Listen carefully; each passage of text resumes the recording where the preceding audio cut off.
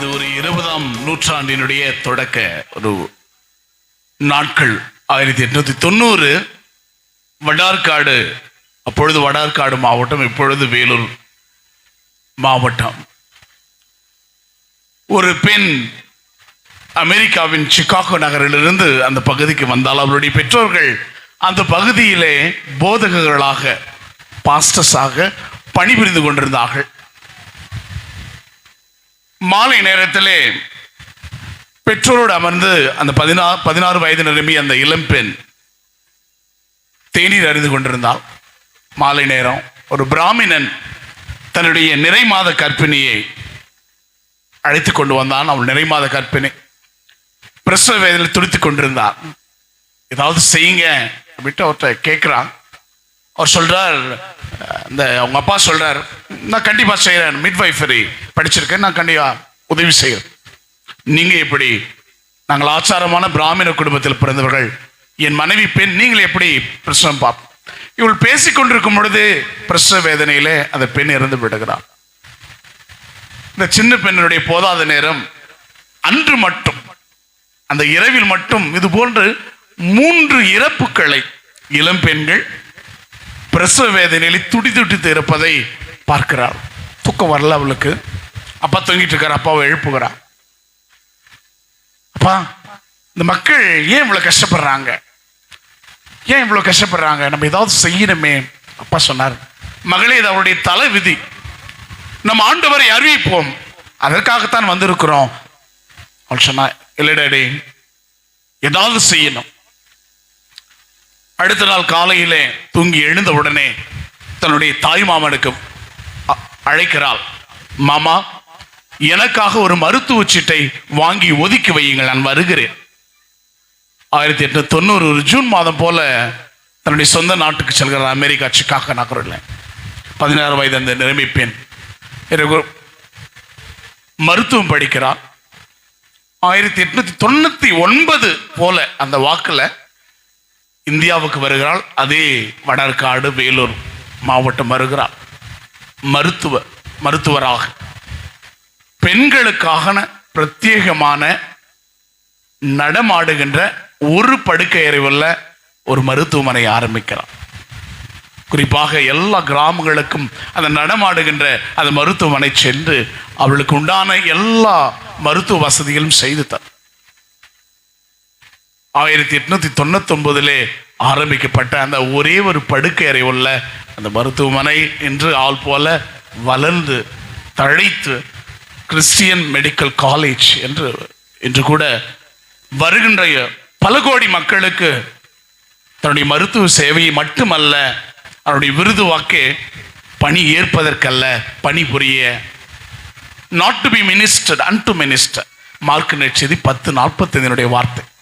அதனுடைய பெண்ணுடைய பெயர் Ida Sophia Scudder. Ida Sophia Scudder ஒரு கிறிஸ்தவல். தன்னுடைய அங்க ஆஷா பில்டிங் ஒரு சிஎம்சி போனீங்கன்னா பார்க்கலாம். தன்னுடைய சுயசரிதையை குறிப்பிடுகிறார். நான் அழைக்கப்பட்டேன் நற்செய்தியை சொல்வதற்காக அல்ல, நற்செய்தியை வாழ்வாக்க நான் அழைக்கப்பட்டேன். நற்செய்தி சத்தமாக சொல்ல அல்ல, வாழ்வதற்காக அழைக்கப்பட்டேன். 3 knocks on night அப்படின்னு சொல்றாங்க. அந்த 3 இறப்புகளை எந்த இரவிலே நான் சந்தித்தேனோ, 3 பெண்களுடைய இறப்பை அதை தன்னுடைய சுயசரிதையில 3 knocks in one night என்று சொல்கிறார்கள் ஐடா சோஃபியா ஸ்கட்.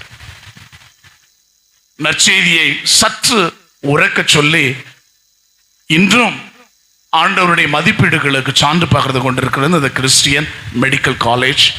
இங்க சென்னை வருகின்ற வழியில் ராணிப்பேட்டையில் மற்றொரு கேம்பஸ் உருவாகி இருக்கிறது. நீங்கள் சித்தூருக்கு போகின்ற வழியில மற்றொரு கேம்பஸ்.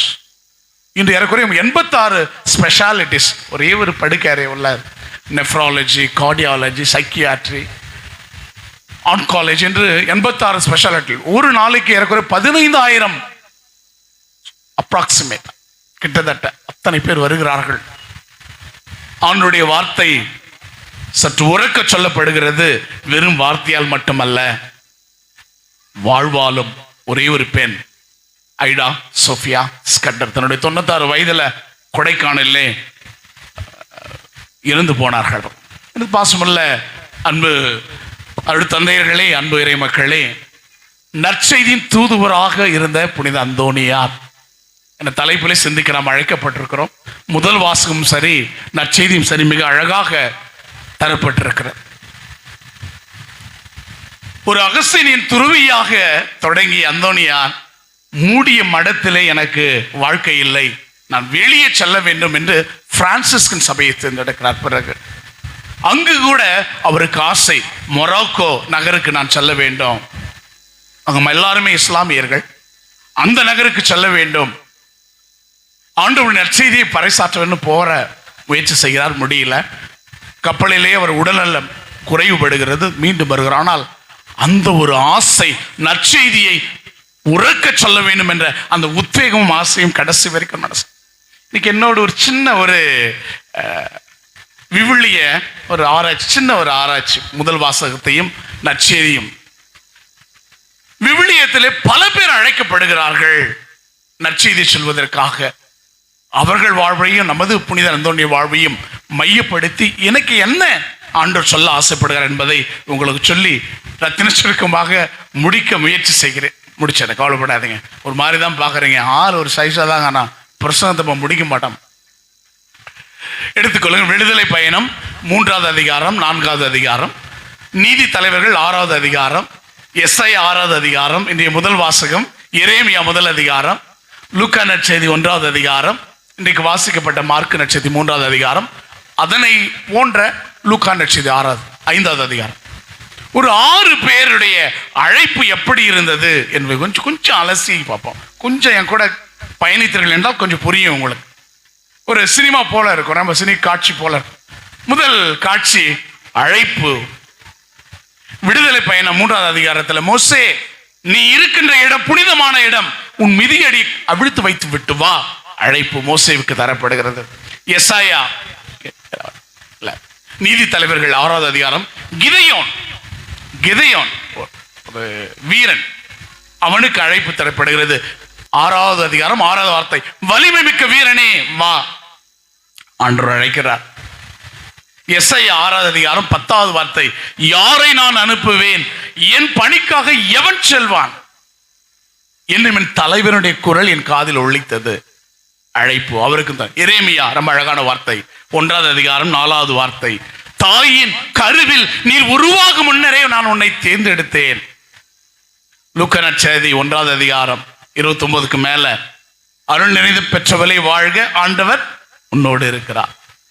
இன்றைய நற்செய்தி அதை போன்ற மற்றொரு பகுதி, லூக்கா நற்செய்தி 5வது அதிகாரம், என் பின்னே வாருங்கள், என் பின்னே வாருங்கள். பாருங்க, அழைப்பு எல்லாருக்கும் தரப்படுகிறது. நீங்கள் அதைத்தான் மீண்டும் மீண்டும் உங்கள் முன்னுரையிலையும் சொன்னீங்க, பாவ மன்னிப்பு வழிபாட்டில் சொன்னேன். அழைப்பு ஆண்டவர் தருகிறார். முதல் காட்சி முடிஞ்சிருச்சு. அழைப்பு, அழைச்சிட்டு என்ன பண்றது? நல்ல மட்டன் பிரியாணி தர்றதா? பொறுப்பு ரொம்ப முக்கியம். பொறுப்பு, ஆண்டவர் எல்லாருக்கும் பொறுப்பு தருகிறார்.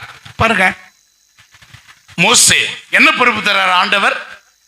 என் மக்கள் படும் துன்பங்களை நான் கண்டேன், அடிமை வேலை வாங்கும் பணியார்கள் முன்னிட்டு அவர்கள் எழுப்பும் அழுகுறையின் காதில் ஒலித்தது, நீ வா, பார்வோனின் அடிமைத்தனத்தை என் மக்களை மீட்டு எடுத்து கொண்டு வா. பொறுப்பு தரப்பட்டது மோசேவுக்கு. கிதையோனுக்கும் அதை தொடர்ச்சி படிச்சு பார்த்தீங்கன்னா 9வது வார்த்தை, மோவாபியர்கள் கையில் இருந்து என் மக்களை விடுவித்து அழைத்து வா. இதோ வலிமையோடு சென்று மோவாபியர்கள் கையில் இருந்து கிதையோன் என் மக்களை அழைத்து கொண்டு வா. பொறுப்பு தரப்படுகிறது. எசாயா, அவருக்கு பொறுப்பு. அது நாடு கடத்தப்பட்ட காலம் தந்தையர்களுக்கு தெரியும்.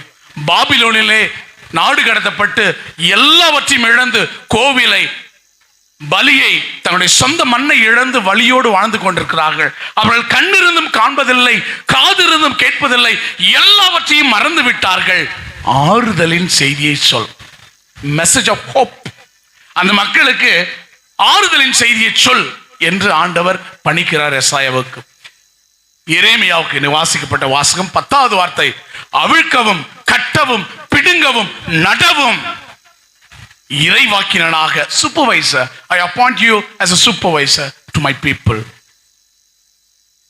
அன்னை மரியாளுக்கு என்ன பொறுப்பு தரப்படுகிறது? என்ன பொறுப்பு தராங்க? என்ன பொறுப்பு தராங்க? ஏம்மா 8 மணிக்கு டிவி ஆன் பண்ணினாக்கா சிறகடிக்க பிறகு ஆசை கொஞ்சம் பார்த்துனது ஏம்மா, நீ ஒரு மகனை பெற்றெடுப்பா, இயேசு என பெயரெடுப்பார். நம்முடைய அப்போஸ்தலருக்கு என்ன, என் பின்னே வாருங்கள் நான் உங்களை வாலமேனையும் வஞ்சரமேனையும் பிடிப்போனா. மனிதரை பிடி, பொறுப்பு பாருங்க, அழைப்பு, அடுத்தது பொறுப்பு. சொன்னது போலவே மனிதர்களுடைய ஒரு சாதாரண குணம் மறுப்பு சொல்கிறார்கள். என்ன சொல்றாங்க? மறுப்பு சொல்கிறார்கள். அழைப்பு, பொறுப்பு, மறுப்பு. ஃபாதர் நீங்க கருப்பு, உங்க ஃபாதர் சொல்ல என்ன சொல்றேன், உங்களை பார்த்தா வருது சிரிப்பு. அப்படியா? அழைப்பு, பொறுப்பு, மறுப்பு, எல்லாரும் மறுப்பு சொல்கிறார்கள். மோசே என்ன சொல்றாரு? என்ன சொல்றாரு? திக்குவாயன் ஆண்டவரே, அத்தனை அதிகாரம் கொண்ட பார்வோன் முன்னிலையிலே நான் எப்படி போய் நிற்பது? ஐயோ, என் ஆளை விட்டுருங்க.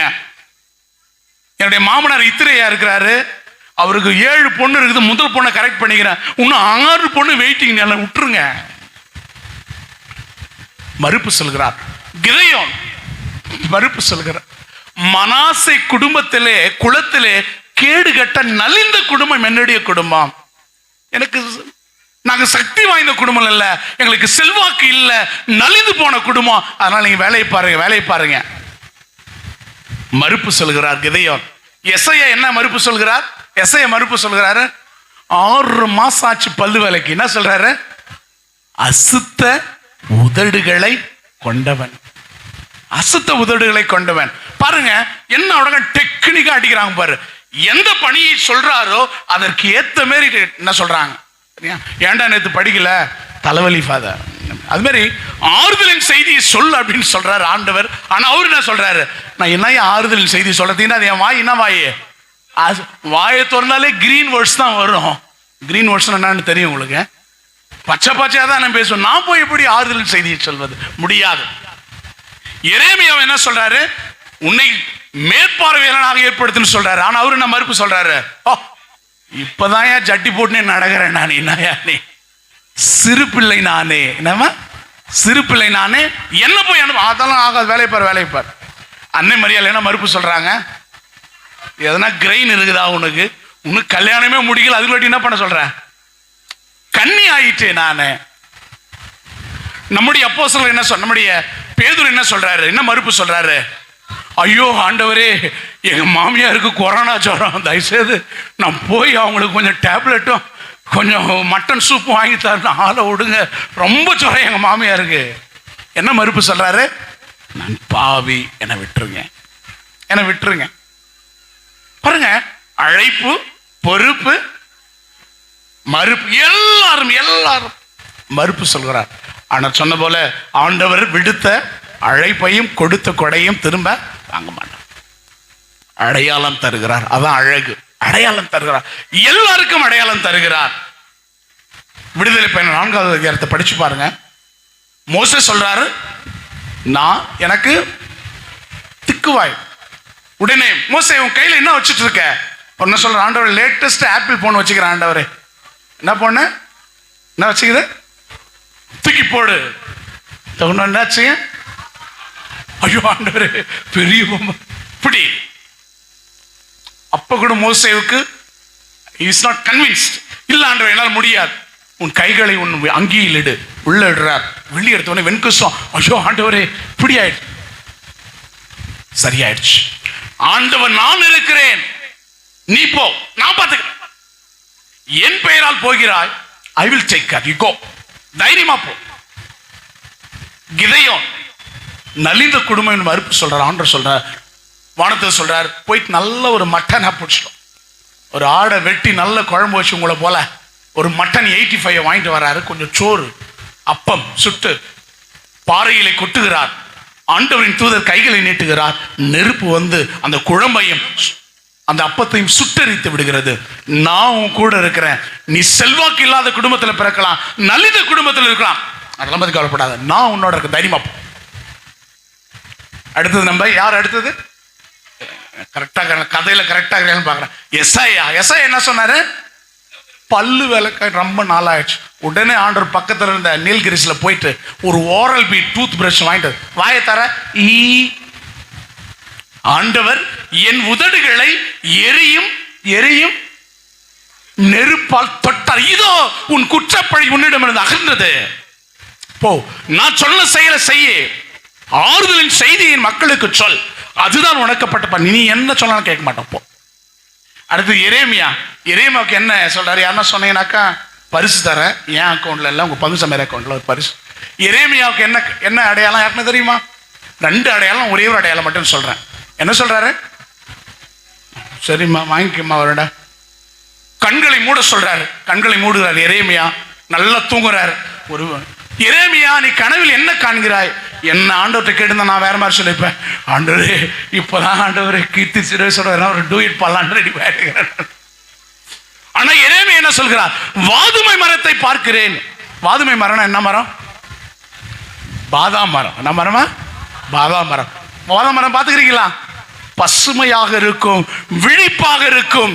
ஆண்டவர் சொல்கிறார், நான் உன்னோடு இருப்பேன் என்ற வாக்குறுதியை நிறைவேற்ற நானும் விழிப்பாக இருப்பேன். உன் எதிர்காலம் பசுமையாக இருக்கும். நீ சின்ன பிள்ளையோ யாரானாலும் சரி, நீ போ, நான் பார்த்துக்கிறேன். நான் உன்னோடு இருக்கிறேன். எரேமியா 1:19 பார்த்தீங்கன்னா, நான் உன்னோடு இருக்கிறேன், நினைச்சாது, நீ போ, நான் பார்த்துக்கிறேன். அடையாளம் தரப்பட்டது. அன்னை மரியாளுக்கு என்ன அடையாளம் தருகிறார் ஆண்டவர்? அன்னை மரியாளுக்கு என்ன அடையாளம் தருகிறார்? தூய ஆவியா. என்ன அடையாளம் தருகிறார்? கன்னி ஆயிற்று என்று சொன்ன அன்னை மரியாளுக்கு அழகான அடையாளம் தருகிறார். இங்க பாரு, எலிசபெத் முதிர்ந்த வயது, கருவுரை இயலாதவர் என சொல்லப்பட்டவருக்கு இது 6ஆம். நான் கடவுள், என்னால் ஆகாதது எதுவுமே இல்லை. Nothing impossible my side. Just accept my responsibility and go. Elizabeth ஒரு அடையாளம். பேதுரு நான் பாவி என்று சாஸ்தாகம் எழுதும்போது அவருக்கு ஒரு அடையாளம் தருது. என்ன அடையாளம்? மீன் பிடிப்பு. Good catch of fish. இரவு முழுவதும் கண் விழித்து நாங்கள் மீன் பிடிச்சோம், கிடைக்கல. இந்த பக்கம் போடு, மீன் பிடித்து சாஸ்தாகம் எழுதுறார். சாதாரண ஆள் இல்லை இந்த மனுஷன். அழைப்பு, பொறுப்பு, மறுப்பு, அடையாளம், அர்ப்பணிப்பு. முடிச்சிடறார். அர்ப்பணிப்பு. மோசே செல்கிறார், ஆரோனோடு செல்கிறார். அந்த மக்களை 40 ஆண்டுகள் ரொம்ப வழியோடு வழிநடத்தி மீட்டு செல்கிறார். கிதயோனும் செல்கிறார். அந்த மோவாபியர்களை தவிடுபடியாக்கி இஸ்ராயல் மக்களை மீட்டுக் கொண்டு வருகிறார்.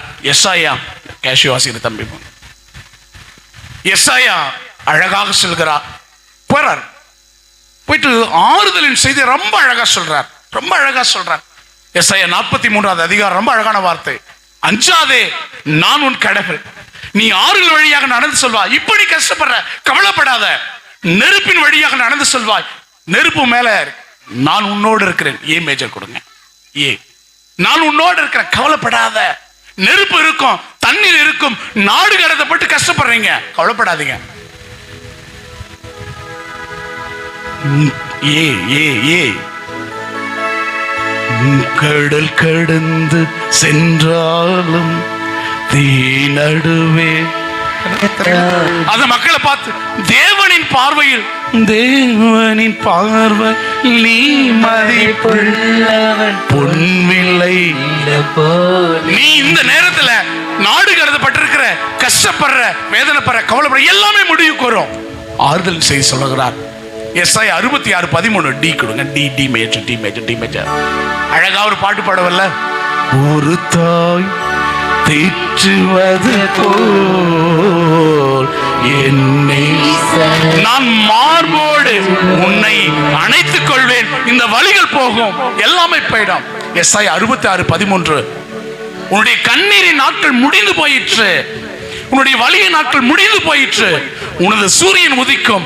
உன்னுடைய நிலா இனிமேல் மறையவே மறையாது. ஆறுதல் செய்தி அந்த மக்களுக்கு அடிக்கடி சொல்ற. எஸ்ஐயா 49:15. தாய் தன் பிள்ளையை மறப்பா. அப்படியே மறந்தா, நான் மறக்க மாட்டேன், கொஞ்ச நேரம் தான் மறந்து. ஆறுதல் செய்தி தருகிறார். எரேமியா பவர்ஃபுல்லான ஒரு இறைவாக்கினர். சின்ன பையன் தான், பட் வெரி வெரி பவர்ஃபுல் இறைவாக்கினர். அன்னை மரியாள் என்ன சொல்றாங்க? இதோ உமது அடிமை. நம்முடைய திருத்துதர்கள் அனைத்தையும் விட்டு பின்சினார். மக்களே, இதாவது அழைப்பு, ஒரு நாடகம் போல. அழைப்பு, பொறுப்பு, மறுப்பு, அடையாளம், அர்ப்பணிப்பு. பாசமான மக்களே, நீங்களும் நானும் அந்தோனியாரை போல, இந்த 6 கதாபாத்திரங்களை போல அழைக்கப்படுகிறோம். என்ன பண்ணணும்? என்ன பண்ணணும்? நம்முடைய பிரிய சகோதரர் போல கையில பைபிள் எடுத்துட்டு இயேசு அருகில் இருக்கிறார். ஒருத்தர் பார்த்து என்ன கேட்டான், நீங்கள் ரட்சிக்கப்பட்டீங்களா? நான் சொன்னேன், நாங்களாம் ரட்சிக்கப்படலை. நீ இருக்கிற இடமே எனக்கு ரட்சிப்பு இல்லை. நான் ஜெயிலுக்கு போனாலும் சரி, நரகத்துக்கு போனாலும் சரி, போ அப்படின்னு சொல்லி. அப்படிலாம் நம்ம பண்ண தேவையில்லை. ஒரு நல்ல வாழ்க்கையை வாழும். கணவன் உன் மனைவியை மன்னித்து ஏற்றுக்கொள். நற்செய்தி தூதுவர் நீ அந்தோனியரை போல. நீங்க கொஞ்சம் கொஞ்சம் கொஞ்சம் பொறுமை காத்து உங்களுடைய கணவனை அன்பு செய்து பாருங்கள். நீங்கள் நற்செய்தியின் தூதுவர். படிப்பிலே நல்ல படிப்பு எதுப்பான்னா படிப்பு எது நல்ல படிப்பு? IAS நல்ல படிப்பு என்ன தெரியுமா? பிகாம். பிகாம் அப்படி இல்லை, கொஞ்சம் பொறுமை கொஞ்சம் பொறுமையோடு உங்கள் குடும்பத்தை நடத்தி பாருங்கள். நற்செய்தியின் தூதுவர்கள் நீங்கள்.